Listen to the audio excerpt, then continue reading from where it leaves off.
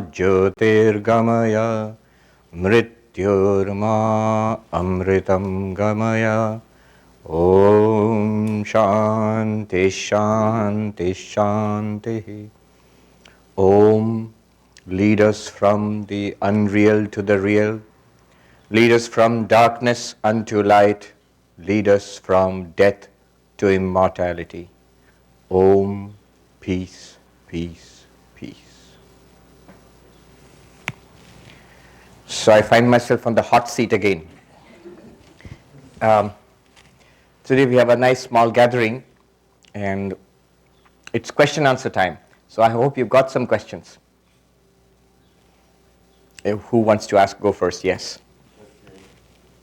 Okay. I actually wrote it down. I have two questions. You said that everything that is done for the sake of the self, but that is when there is desire. And I'll have to repeat the question. Yes, I'll try to remember to repeat the question. If I miss something, please let me know that I have to repeat the question. The question, as I understand it, is I had said that, and this is I'm just repeating what the Upanishads are saying, that everything is done for the sake of the self. Everything that we love is loved for the sake of the self. The self means ourselves. Now, it does not mean that we are being selfish. It's not a call to selfishness. Rather, even the most unselfish action is done because it makes the self happy. If you ask a very unselfish, altruistic person, when you do that unselfish act, I know that you're not doing it for yourself, you're doing it for others, for whomever you are serving. But when you do that action, serving others, does it make you happy or unhappy? Well, obviously he or she will say, it makes me happy to do things for others. So makes me happy. So everything is done for the happiness of the self. The verse I quoted from the Panchadashi said that things are loved for the sake of the self. The self is not loved for the sake of anything else. Now, the logic which I had given was, when you love something for another thing, which do you love more? To make it more concrete, when a mother loves the toys of the child, she loves the toys because of the child, because they are her children's toys. So she loves the children more than the toys. If you love something for the sake of another thing, you love that more than the first thing. Now, if everything is loved for the sake of the self, then the self is loved more than anything else. But the words here are a little dangerous because self, love, all these things seem like selfishness. This is not at all what they are talking about. They are just repeating a fact of life. And here is what they are speaking about is the real self, not the apparent self. Now, the question was, what about samadhi?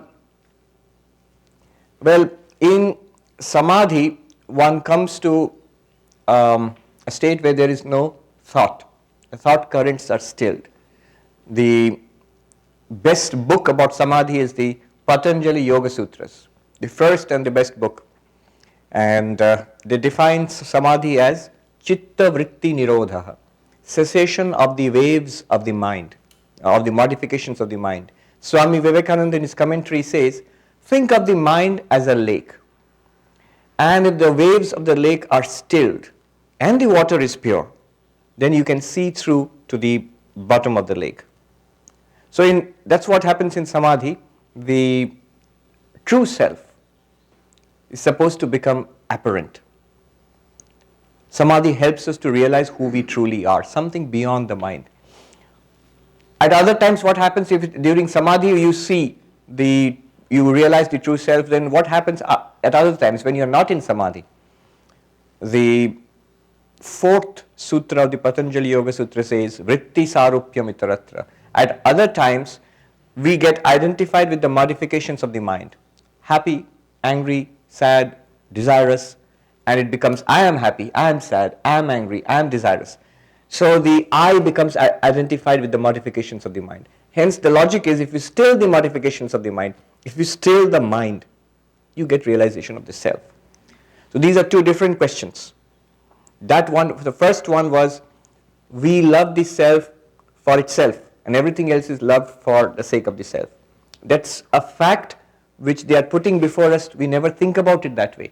They expect us to think about it and come to understanding, yes, that is so. And samadhi helps us to experientially appreciate that fact. That's the relationship between the two. Yes. Yes. Could you please explain the beautiful imagery? The question was, could you explain the imagery of the inverted tree in the 15th chapter of the Bhagavad Gita? It's called Purushottama Yoga. Now, in the 15th chapter, it starts with a couple of shlokas, verses, 15th chapter of the Bhagavad Gita, where this entire universe is compared to a tree. If you have gone to India or even here, like I saw in Florida, banyan trees. So they spread luxuriantly, branches and roots and sub branches and roots. Now imagine a banyan tree reversed, all the roots pointing up and all the branches and trees and the leaves and everything pointing downwards. Now it says that the universe is like that. What do they mean? They mean just as the root of the tree, it's the source of the tree. The tree is sustained by its roots. In the same way, we have our roots in the extremely subtle realms, which we might call Brahman. Ultimately, this entire universe is rooted in Brahman. In what sense is this universe rooted in Brahman? This entire universe derives existence from Brahman. Everything that seems to exist, actually its existence belongs to Brahman. Brahman appears in all these forms. Just as the existence of this chair is the existence of the wood. What do I mean by that? If you remove the wood from this, it would fall down. The chair wouldn't exist. Chair cannot exist without the wood. So it's the existence of the wood which is the existence of the chair, not the other way around. The wood can very well exist without being a chair. It was wood earlier, it is wood now, it will be wood later. Right now it's a chair. So the chair derives its existence from the wood which comprises its material. In the same way, in somewhat the same way, this entire universe derives its existence, its being, from what the Upanishads call Brahman. So that is the ultimate reality. Our experience depends entirely on consciousness. Without consciousness, no experience is possible. And this consciousness is again borrowed from Brahman. And all that we seek in life is satisfaction, happiness, joy, peace, bliss. And Brahman's nature is supposed to be this permanent, highest joy, bliss or peace. In Sanskrit it's called Ananda. So the consciousness which underlies all our experience is called Chaitanyam or Chit. And the existence of the universe which underlies everything that we experience in the universe, it's called Sat or pure existence. And Brahman is this Sat, Chit, Ananda. Existence, consciousness, bliss. This is the root of the universe, the root of that magnificent tree. And the tree has luxuriantly foliated. Lots of leaves and branches and sub-branches. And what are they? The commentator Shankaracharya explains, they are cause and effect, karma. We engage in so many types of activities, all of us. And those activities, they are causes which will give rise to effects. If we do what is good, dharma, the effect is punya, merit. And the result of merit is sukha, happiness. Pleasant things will happen to us. If what we do is adharma, not good, we are naughty, then the result is what they call demerit, papa. And the result of papa is dukkha, suffering. And these causes, the actions that we perform, dharma or adharma, good or bad, and the results that we get finally, sukha and dukkha, this is that vast tree of life, comprised of various activities and their results. And the commentator Shankaracharya, in commenting on that verse, gives a very graphic description of samsara, this tree of millions and millions of he actually says, millions and millions of souls in this tree of samsara, shouting, Oh, I'm undone, help me, I'm trapped, I'm finished, I'm dying, I'm suffering. This roaring game, this tree, it's an uproarious tree. It's going on, but its root is in Brahman. And also, we can be free of this cycle, which is exemplified by the tree, by knowing the root, by knowing ourselves to be none other than Brahman. The samsara exists because we do not know the source. Not knowing the source in Vedanta is called avidya, ignorance. Not knowing the source, not knowing that we are Brahman, we ourselves are the source of this universe. What happens? We feel ourselves to be incomplete. Brahman is perfect. Existence, consciousness, bliss, immortal and perfect. We feel ourselves to be, not knowing our immortal nature, we feel ourselves to be mortal. After all, we see these mortal bodies. These are born and they age and they die. So we think we are born and we age and we die. And we see these limited goals in front of us. Happiness. We seek it through money, through relationships, through pleasure, various kinds of pleasures. And we keep getting those. If we get it, we are very soon, we get habituated, satiated, and then we look for something else. If we don't get it, we are frustrated. And this goes on and on and on. And it will go on.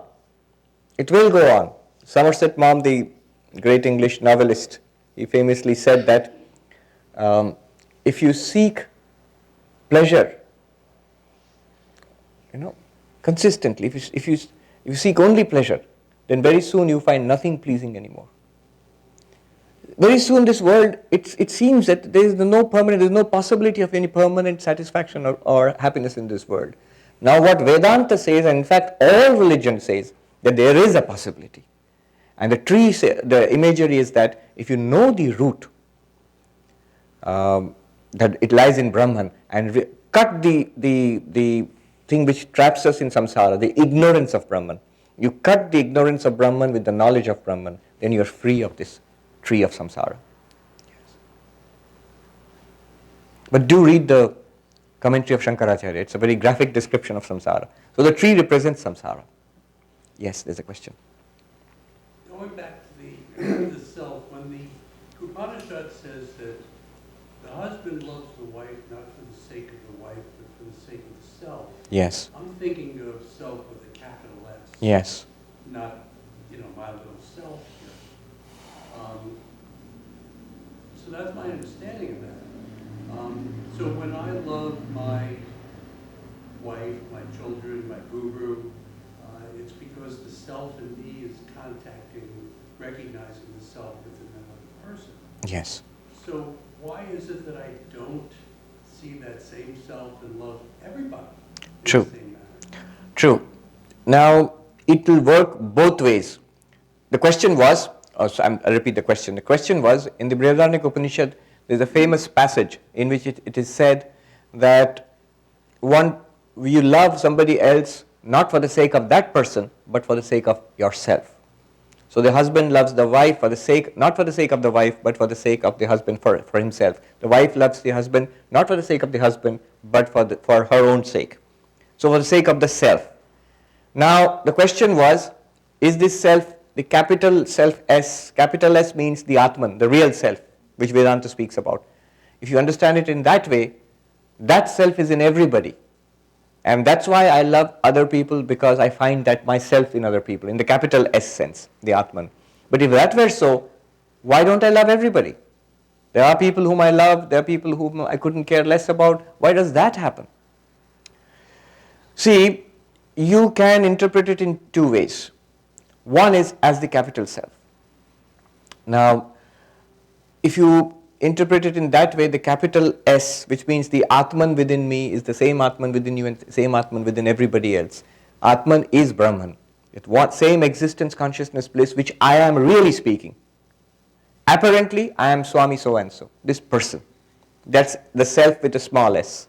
Really speaking, if I were enlightened, I would know myself as not just Swami so-and-so, this person here, but as the existence, consciousness, bliss, shining through this person, which is the same as everybody else. In that case, the question is, I should love everybody. Yes, only if one truly recognizes the self in everybody. Now, this capital self, which is common to everybody, for an unenlightened person, it is mediated through the mind and body. So, when we find somebody pleasing or who makes us happy for some reason, we find happiness there. Though ultimately any kind of happiness comes from the real self. So yes, in one sense it is the happiness of the real self. But because it is being mediated through the mind and body, and because we are not aware of the real self, sometimes what happens is with somebody whom we do not have a good relationship with. So not having a good relationship is purely in the temporal world, in the relative world, but that clouds the real self. Just like the sun is there shining and a cloud comes in front of the sun is still shining. In fact, it's by the light of that same shining sun that you see the cloud, which appears to cover the sun. The cloud doesn't cover the sun, it covers our vision.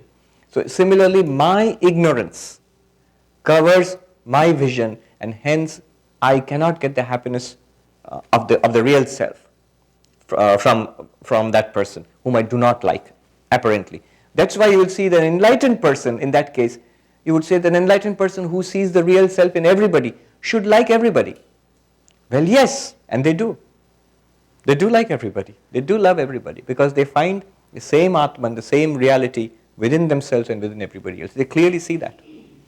One of the signs of an enlightened person is their evenness. In Sanskrit, it's called samadarshitva. Again and again in the Gita and other texts, we come across a characteristic of an enlightened person. He or she is the same to friend and enemy, to a benefactor and a person who harms, a person who is indifferent to them, to the good and the bad. They are the same to everybody. How are they the same? Not by an effort of will. I must be the same. No, because they see the sameness in everybody. Sometimes it's translated as the enlightened person has same-sightedness, but that sounds like a defect of the eye, near-sighted, same-sighted. Not like that. So they do love everybody because they see the real self in everybody. Now you can interpret it as the small s. And in fact, Shankaracharya, in his commentary on the passage, interprets it as a small s. There it works very simply. All those who I find who gave me happiness, the small s, I like. Right? And I do not like those I feel that they do not give me happiness. So everything is liked for the sake of the self. And if something is disliked, that's also for the sake of the self, because it doesn't give happiness to the self. In the sense of the small s. Yes. But which is the true interpretation? The capital S ultimately is the correct interpretation, or is the ultimate interpretation. I won't say correct, but ultimate interpretation. Because Vedanta holds that all the happiness that we get in this world is actually our own joy, reflected back from the world to us. That rather gruesome little story of a dog who had this dry little bone and it chewed on the bone, and the bone cut its inner lip and blood seeped out of it, and the dog tasted that blood and found the bone to be very tasty, not realizing that it was tasting its own blood. And the dog buried that bone carefully, and every time he wanted a new hit from that, he would go and dig up the bone and bite it and get a cut and taste its own blood, not knowing that it's tasting itself, its own blood, thinking that the bone is tasty. In the same way, this samsara, the world, is our bone. We may laugh at the dog, but that's what we are doing. All the happiness that we get is a reflection of our true nature, the true bliss within, which is Brahman. All right, there was a question here. I'll come back to you. There was a question here somewhere? No? All right. Question. All other religions demand or expect loyalty to an incarnation of prophet and or a scripture. We even see with the rise of Donald Trump that people have a deep desire to express loyalty. How does Hinduism, with its myriad scriptures and gods and no central figure, fulfill the need for loyalty that people have? And on a more personal level, how do I develop devotion for God? Yes. The question is that most religions would expect loyalty to a prophet, a teacher, an incarnation. How does Hinduism deal with this, with its myriad scriptures and different forms of gods and goddesses and different teachers? How does Hinduism do that? Well, first of all, Swami Vivekananda put it this way: we Hindus worship a transcendent, immanent God, a God who is both impersonal and personal. How does that work? The Brahman of the Upanishads, existence, consciousness, bliss, is impersonal. It has nothing to do with a particular person, with any particular man or woman. It is pure being, pure consciousness, pure bliss. It's exactly the same in you, me, in the meanest little animal and in the greatest of saints. It's exactly the same everywhere. And it's completely impersonal. But that very impersonal reality is also the God of religion. When we come to this world, there's a world and there are individual creatures, then that impersonal reality appears to us as the God of religion, as the personal God. Now, because that impersonal reality is beyond speech, beyond conception, when we try to conceive of it, when we try to understand it, we can get multiple conceptions, multiple ways in which we can appreciate, grasp, worship, love that impersonal reality. When we make it personal, it doesn't have to be one person. It doesn't have to be in one particular form. If it's infinity, because of its nature is infinity, you can approach it in many, many ways, in infinite ways, in fact. One of the things Sri Ramakrishna did not like was limiting the nature of God. That God can be this and God cannot be anything else because my book says so. Well, it's like you are demanding that God will fit according to our definition or our understanding. Why should God do that? So, the Hindu understands that God can be with many forms. When you try to understand that which is formless, you can ascribe many forms to it. That which is formless also appears as forms. The forms are not false. The formless appears with forms. Now, the formless can appear with many forms. Water, whichever container you put it in, a cylindrical glass or a bowl, water appears to be cylindrical or like a bowl. It takes the form of the container you put it in because it does not have a particular shape of its own. In the same way, God can appear to us in different forms. We can worship, appreciate, approach God in different forms. Swami Vivekananda says, Vedanta is entirely impersonal, but with sufficient scope for any number of persons. One interesting thing of having a personal religion, a purely personal religion without an impersonal dimension, if you have a personal religion, a personal God, you know what happens? The strange paradox is, once I worship a personal God, this is the prophet, God is of this form, this name, then it rules out any other kind of personal God or person. Because one person, one form, that means it cannot be of any other form. You come to me with a religion speaking about God in other forms, other names, other teachers, I'll say, no, that's false. Because God is of only this form, only this person is the teacher, only this is the scripture. So you see, it is an impersonal reality, an impersonal principle which makes room for all personal approaches to God. That's why, from the Vedantic standpoint, if you worship God as Shiva, if you worship God as Vishnu, it's still the same. I have no problem. The Vedantin has no problem going to the temple of Shiva and bowing down, or temple of Vishnu and bowing down and worshipping, having the same devotion. Why just that? It can be in female form. In India, there's an ancient, very ancient tradition of worship of the mother goddess. It can be Durga, it can be Kali, it can be Lakshmi, Saraswati. And when you come to the Hindu and say, no, God is Allah or Jehovah or our Father in heaven, perfectly all right. Perfectly all right. That's one more wonderful way of worshipping God. Why not? If you say that is the only way, that's something that the Hindu doesn't understand. Why? How can it be the only way? So, you have scope for any number of forms. So, ancient scriptures say, the most ancient of scriptures available today, the Rig Veda. The Vedas, among them the oldest is the Rig Veda. There you have the famous statement, Ekam Sat Vipra Bahuda Vadanti. The truth is one. It's not a polytheistic approach which is being recommended. The truth is one. But the wise speak of it, express it differently. The truth is one, You can approach it as Durga or Kali or Jehovah or Allah or our Father in heaven. Any way you like. Now one more thing. The question actually was more precise. Given all of this, what about loyalty? So the Hindu has a concept of Ishta Devata.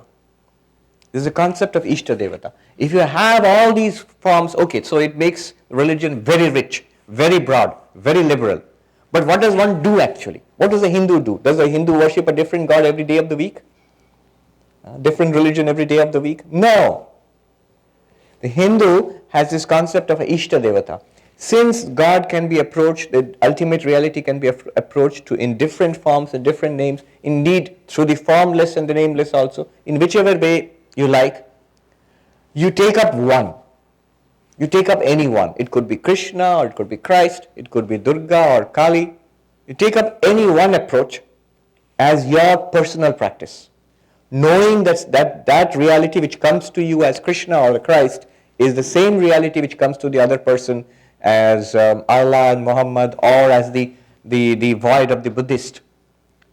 It's the same reality, having absolutely the same respect for everybody else.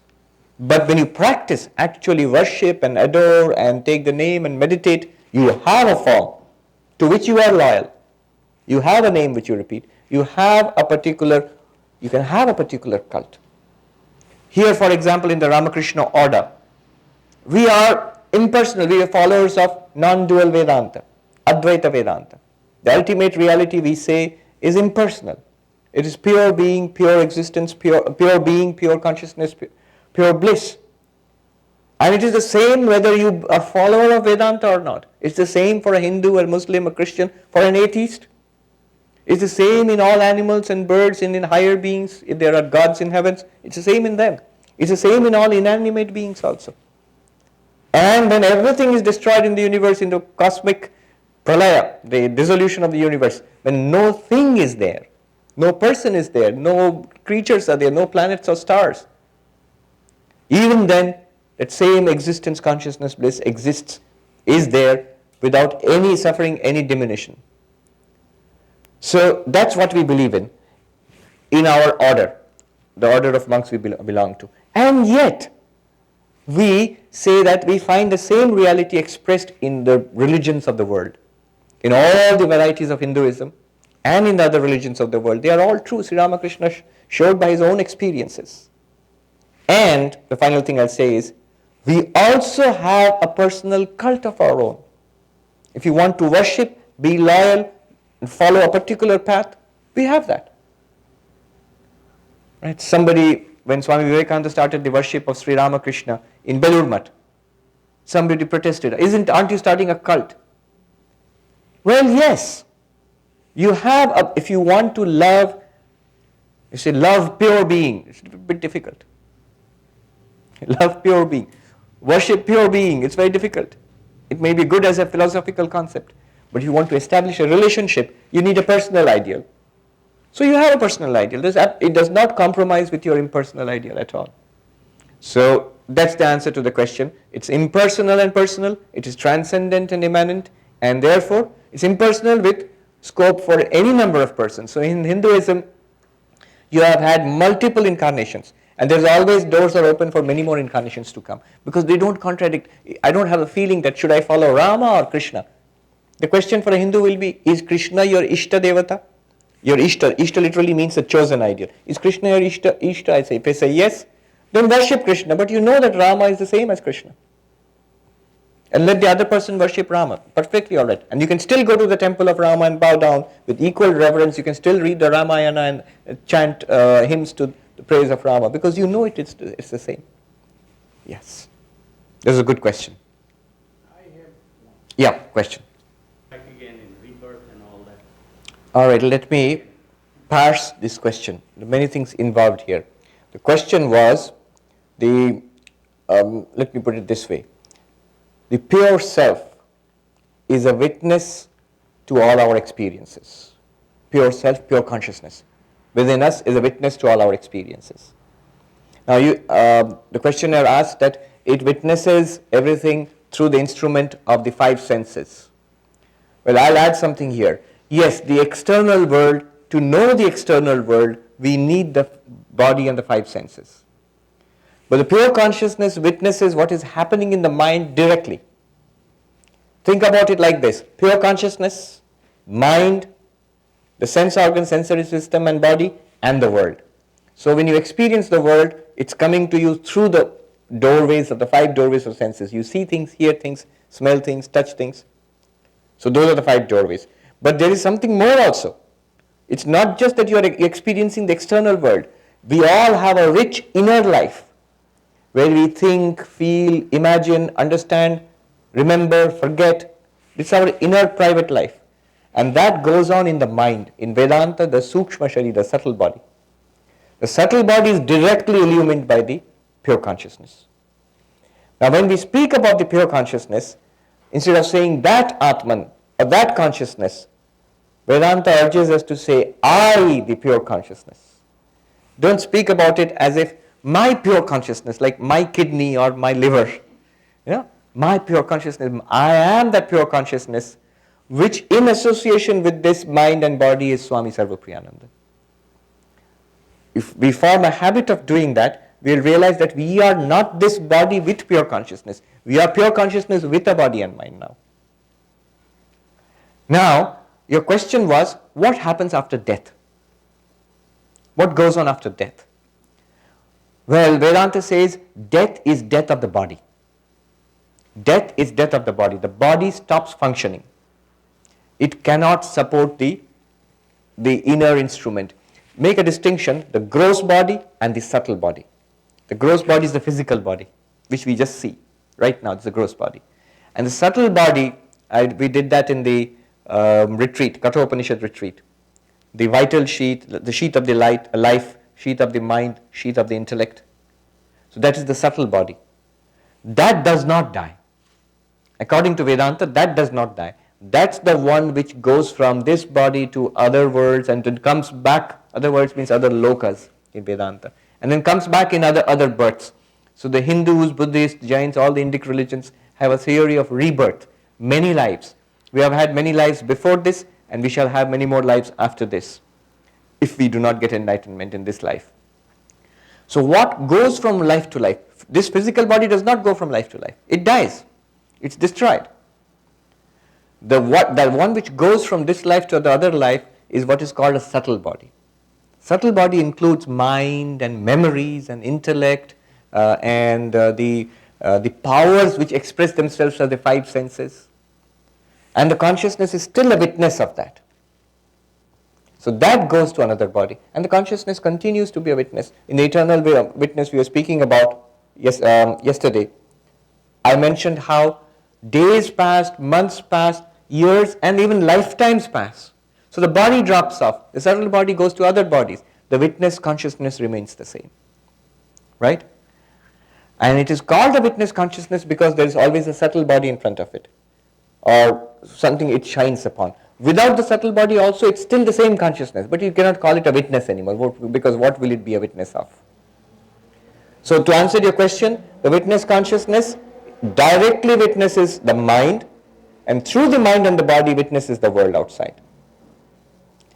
There is also a difference between witnessing and knowing. When I listen to your question and I think of the answer and I give an answer, I am what is called a knower, in Sanskrit pramata. What is a knower? It is the witness consciousness plus the mind. Because when you are thinking, when you are remembering, you are trying to understand, trying to express, it's not just pure consciousness. It's also the mind and memory and intellect, everything is working. Sense organs, organs of action, speech, all of that is working. Then you are a knower, pramata. And this knower is the individual being. This knower is also the doer, karta, is also the experiencer, bhokta. But pure consciousness is that which we really are, and it enables all of this to happen. Right now, what we are aware of, all of us, this seems to be very dry philosophy, but all of us, we are actually aware of the knower, we are aware of the doer, we are aware of the experiencer, the bhokta. Right now, we see ourselves as knowing. This knower is not just the pure consciousness, it's not just the witness, it's witness plus mind. Whenever you do something, think something, some action is involved, it may just be mental action, then it's not just pure consciousness. It's consciousness plus mind. So the pure consciousness continues, the subtle body continues after death, and that's what happens after death. But after the self-realization, when you have recognized yourself, Yes. does the subtle body still exist with the pure Atman, or does it get detached, or what happens to that state? The Vedanta says, the question was, what happens after enlightenment? Now there are two questions. One question was, what happens after death? So for after death, for an unenlightened person, Vedanta says that the subtle body, pure consciousness of course is always there. The subtle body transmigrates from from the dead body to another body. And you are reborn as something else, somebody else. And if one is enlightened, then they say that the cycle of birth and death stops. What does it mean, the cycle of birth and death stops? The physical body is already dead. At death, the body drops off. And the subtle body, which is also composed of subtle matter, it goes back to its sources. It goes back to nature. It no longer transmigrates from. So you are no longer, the enlightened person is no longer an individual. The unenlightened individual earlier, enlightened individual for some time after enlightenment, but the enlightened person knows or realizes himself or herself to be Brahman, pure existence, consciousness, bliss. That which was continuing as an enlightened person for us, the term is Jivan Mukta, enlightened while living, is what we experience the enlightened person as. The enlightened person himself experiences himself as Brahman, not as an enlightened person. Enlightenment means knowing that you are Brahman, that you are existence, consciousness, bliss. There was a very advanced enlightened person who somebody praised, oh, you are a Brahmagyani. In Hindi it means, or Sanskrit it means a knower of Brahman. And that person said, are you insulting me? They were taken aback. Insulting, that's the highest praise that we can give. You are a knower of Brahman. He said, no, I am not a Brahmagyani, I am Brahman. I am not a knower of Brahman, I am Brahman.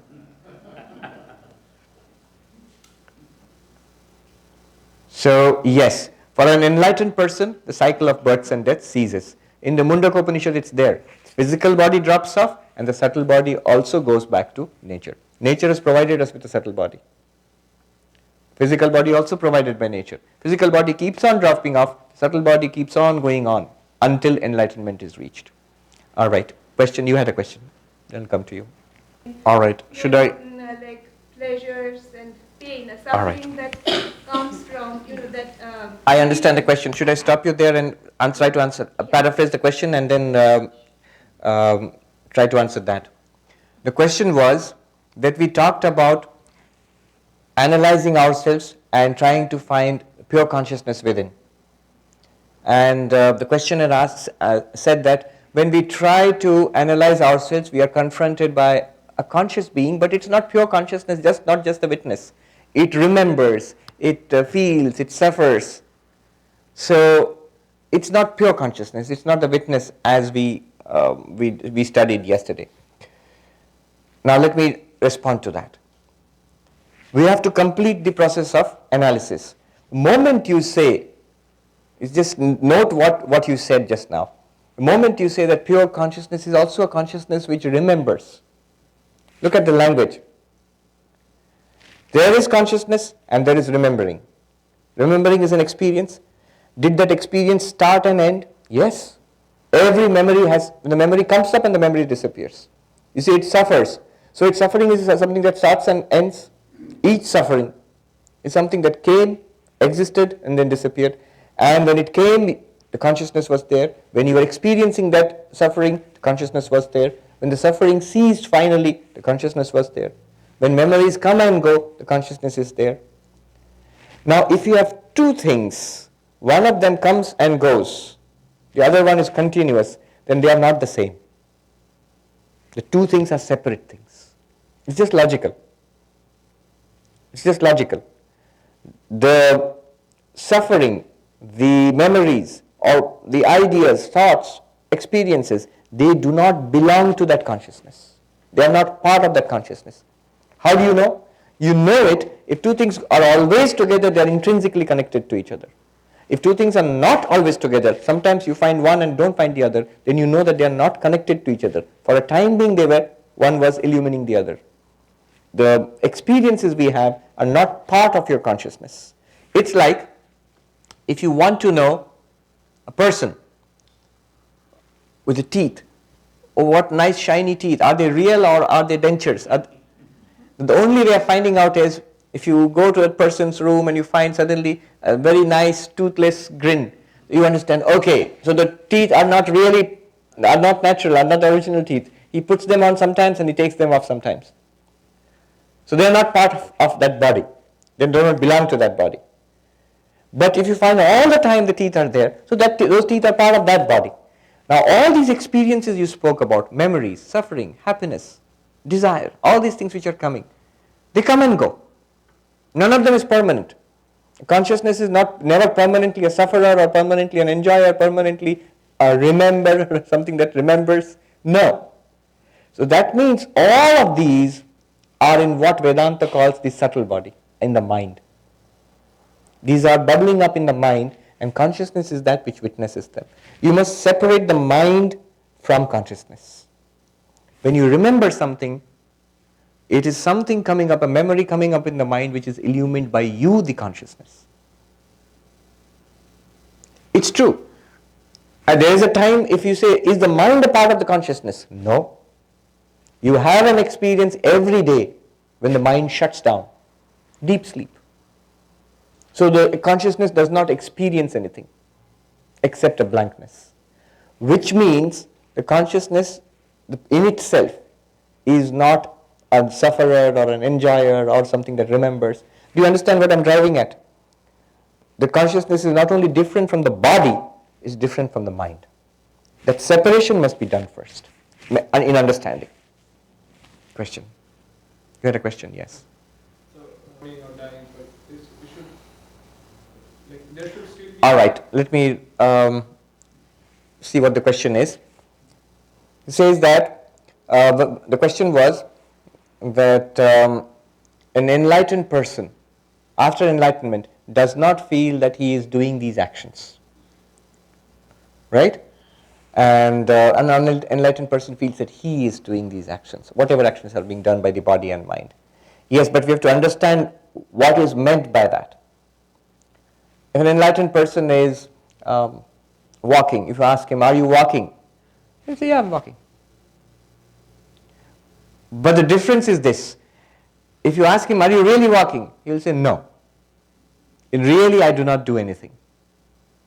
Really, existence consciousness bliss is that which, in which all action seems to take place. I'll give you an example. In a dream, you did many things. So you went to a place, you talked to people, maybe you shopped, maybe you played a game, maybe you visited different places, maybe you enjoyed, maybe you suffered. So if somebody asks you, did you visit that place, did you enjoy, did you suffer? You will say yes, but in a dream. Did you really do that? Well, no. Really, I was sleeping. I was in my bed. So, in your mind, all those things did happen. And they felt like they were really happening. But your knowledge is, after you wake up, your knowledge is, those things really did not happen. Right? I experienced them through my mind. But I am not the one who was visiting those places. I was in my bed sleeping. In the same way, the enlightened person sees himself to be existence consciousness bliss which is not subject to any change. And he also sees in the relative world, the body is acting. Mind is thinking. You can speak, you can hear, you can do all these things.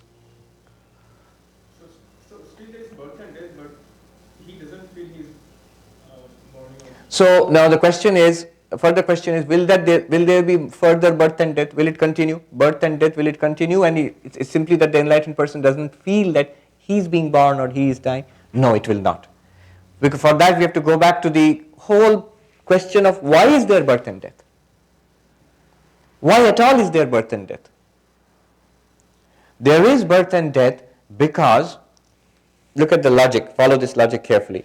There is birth and death according to Vedanta because we have certain karma which we are to experience. We have set into motion certain causes whose effects will come. We've done good things, we must have some pleasant experiences. We've done bad things, we must get the consequences, unpleasant experiences. To have the results of our karma, there must be somebody to get those results.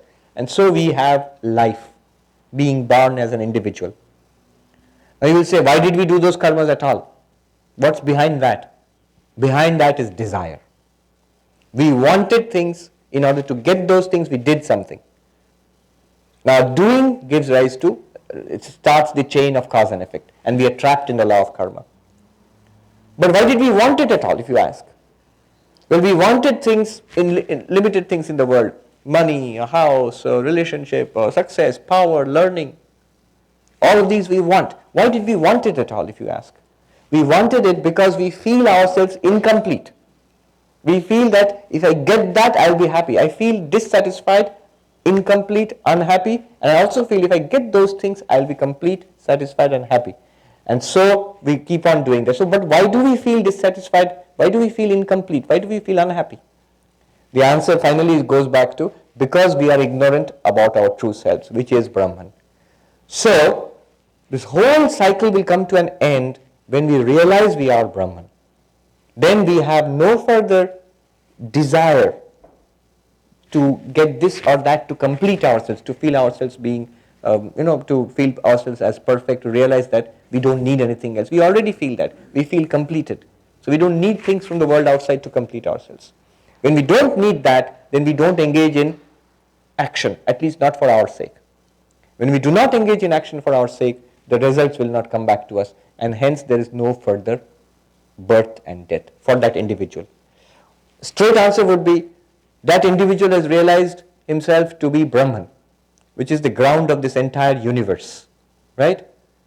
No longer does it think of itself as an individual. So no longer does it think of itself as an individual. It's not subject to individual births and deaths. That is the freedom from the cycle of birth and death. Okay, there's a follow-up and I'll come back to you. Yes. There are questions up there. Live streaming. There are questions from live streaming. Okay, a question from live streaming. We'll take it up later then. So you spoke nothingness. Yes. The question is, you said the self is inherently blissful. Why should that be so? First question. And the second question is, if you remove all awareness, then it seems that the self is reduced to nothingness. Two questions. Now the first thing is, why should the self be blissful? Well, the answer is you are lucky, because it is blissful. You see, look at it this way. All of us are seeking happiness, are seeking satisfaction, and not finding it. Not finding it. There is just a small group of people who actually can claim that they have found real peace and happiness and ultimate peace and lasting peace and joy. And these are the spiritually enlightened people in different traditions of the world.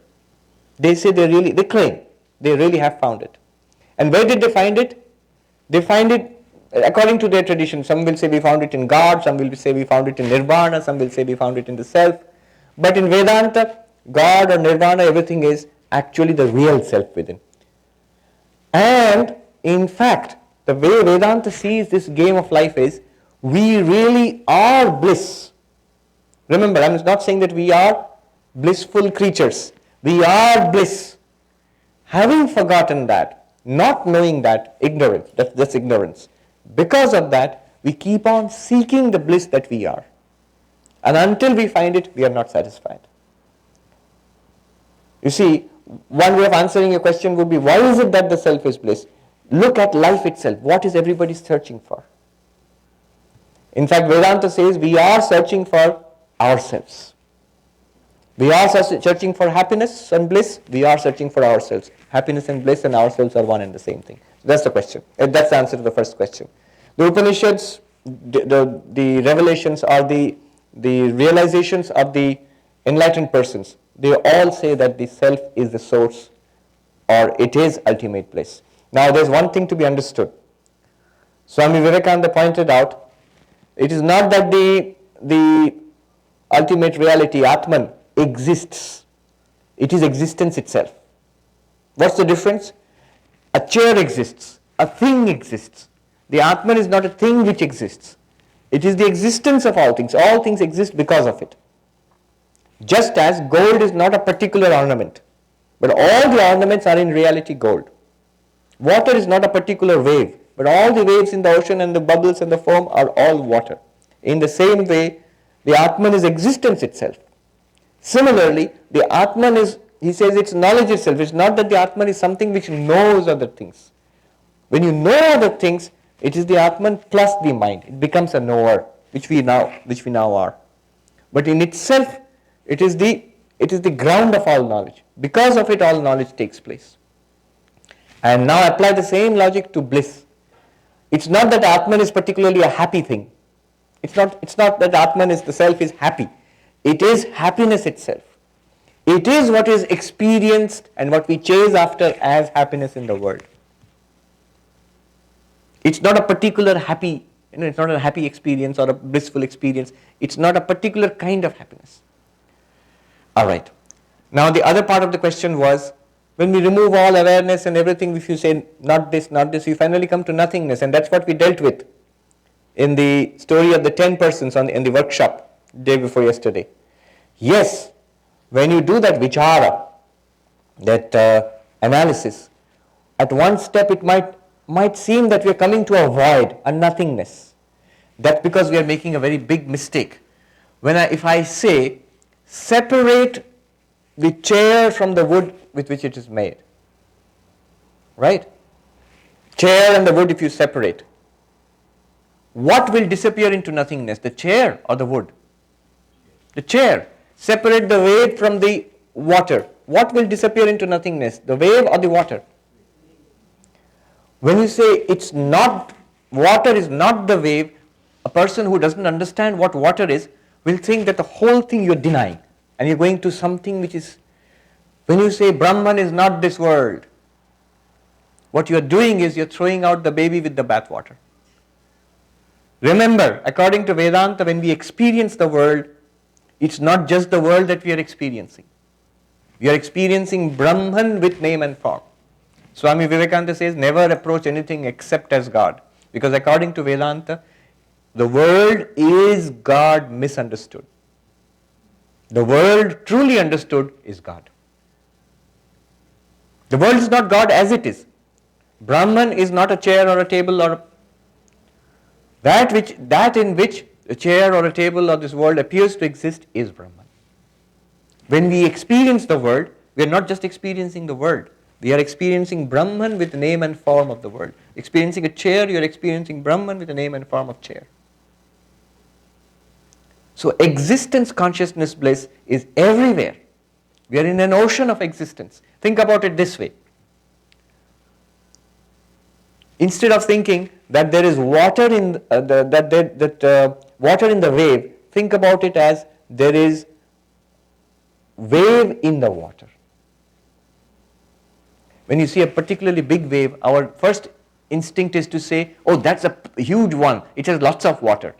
It seems to be common sense. But truly speaking, the wave doesn't have water in it. Rather, the wave appears in water. Is that not true? Because it was water earlier, it's water later, in between it appears as a wave, it still is water. In the same way, instead of saying that the chair exists, the table exists, and the man exists, and the woman exists, try something different for just an experiment.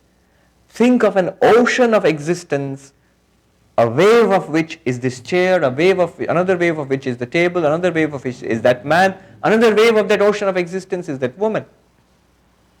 Just feel it. It's an ocean of existence. It's not that those things exist, rather existence, language will not support this. Because language is meant for our conventional dealing. Chair exists. Vedanta would have you say existence chairs. Existence appears as a chair. In that way, when you think about it, and then you say not this, you are left with the reality. What you are denying is the form, name and form. That which you are denying disappears into non-existence because on your side remains existence, consciousness, bliss. Brahman is not non-existence.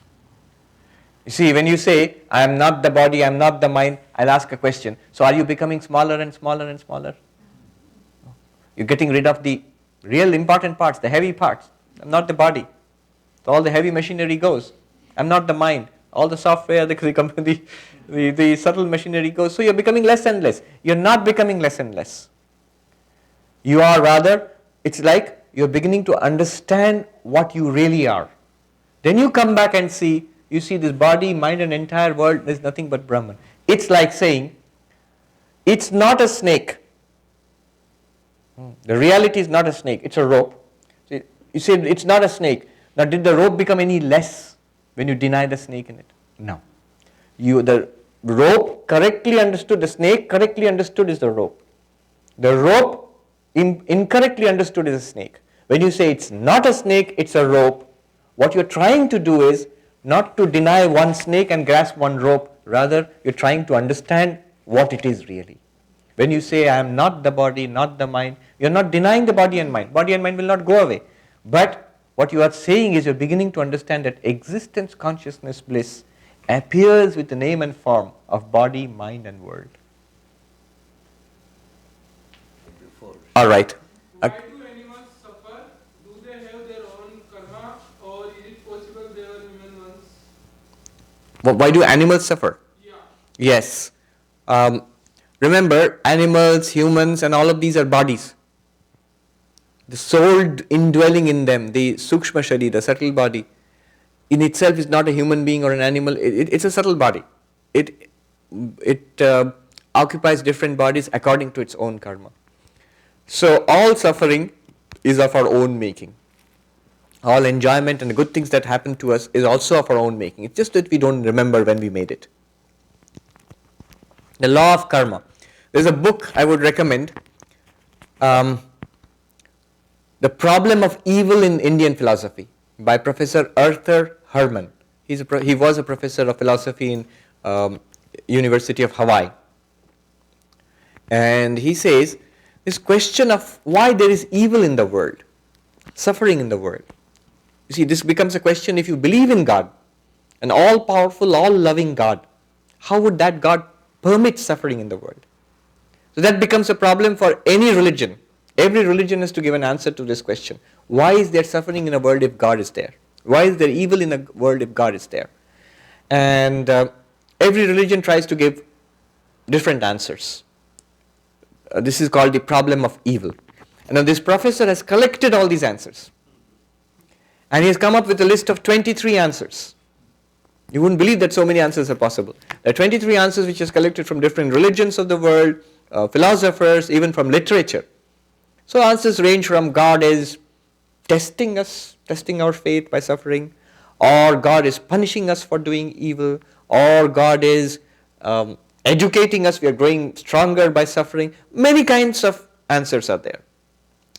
Or it's just an accident, there's no reason behind it. And so many different theories. And he says the most logical theory that I have ever come across in all the philosophies, religions and literature of the world is the law of karma, which the Hindus, Buddhists, Jains and Sikhs believe in. The law of karma, which is basically causality, cause and effect. So if you are experiencing something now, there must have been causes earlier. And if you are doing things now, you are setting into motion causes which will give rise to effects. That's what all it says. And he has a whole chapter on the defects of the law of karma also. He says in spite of the defects of the law of karma, there is nothing even close to it in explanatory power, in rationality, in inspirational also. Because it puts the responsibility squarely upon us. What we are today, let us not blame anybody. And what we will be later on, tomorrow, is what we make of this today. What we make of ourselves today. So the law of karma, yes. So that's something that all Hindus, in spite of the enormous variety, all Buddhists, all Jainas, Sikhs, they all believe in this one. If you think about the Abrahamic religions, the idea of God dispensing reward and punishment, it's just the law of karma in another way. What you sow, so shall you reap. It's the same thing in another language again. All right, thank you very much.